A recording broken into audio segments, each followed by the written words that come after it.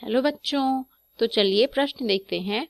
और हमारा प्रश्न है पॉलीआइसोब्यूटाइलीन बनाने की सबसे सर्वोत्तम विधि है। ठीक है, तो हमसे पूछा गया है कि पॉलीआइसोब्यूटाइलीन हम कौन सी मेथड से बना सकते हैं। तो चलिए इस प्रश्न को हल करेंगे। और सबसे पहले इसकी मुख्य अवधारणा हम यहाँ पर लिख लेते हैं। तो यह जो प्रश्न है यह बहुलक से है, या हम कह सकते हैं यह पॉलीमर से है। तो हम इसकी मुख्य अवधारणा सबसे पहले यहाँ पर नोट कर लेंगे, जो कि है बहुलक। ठीक है, अब हमसे पूछा गया है कि यह किस विधि के द्वारा बन सकता है। जो पॉलीआइसोब्यूटाइलीन है यह किस विधि के द्वारा बन सकता है।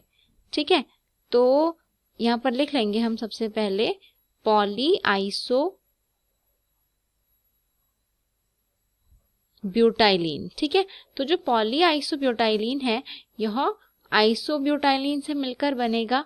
ठीक है, यानी जो इसका मोनोमर होगा, जो इसका एकलक होगा, वह होगा हमारा आइसोब्यूटाइलीन।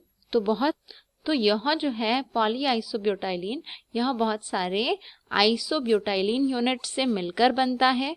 अब अगर हम बात करें आइसोब्यूटाइलीन की, तो आइसोब्यूटाइलीन जो होता है यह कुछ इस प्रकार होता है। ऐसे CH2 डबल बॉन्ड C और इस पर 2 CH3। ठीक है, तो इस तरीके से हमारा जो है ये आइसोब्यूटाइलीन है। और जब हम आइसोब्यूटाइलीन को H+ के साथ रिएक्ट करवाएंगे तो यहाँ पर हमें एक कैटायन मिलेगा। ठीक है, तो यहाँ पर एक हमें कार्बोकैटायन मिलेगा, जो कि इस प्रकार है।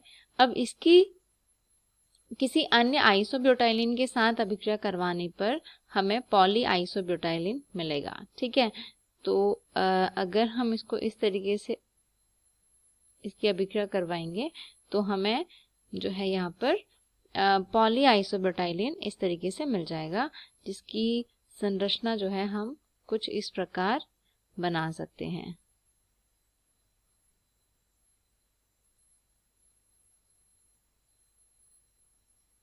ठीक है, तो यहाँ पर यह फिर से जो है एक कार्बोकैटायन के रूप में हमें मिला।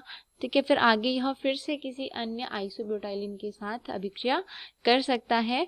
तो इसी प्रकार जो है पूरी आइसोब्यूटाइलीन की पूरी चेन बनेगी, जो कि होगा पॉलीआइसोब्यूटाइलीन। तो हमें प्रश्न पूछा गया था कि सर्वोत्तम विधि कौन सी है इसको बनाने की।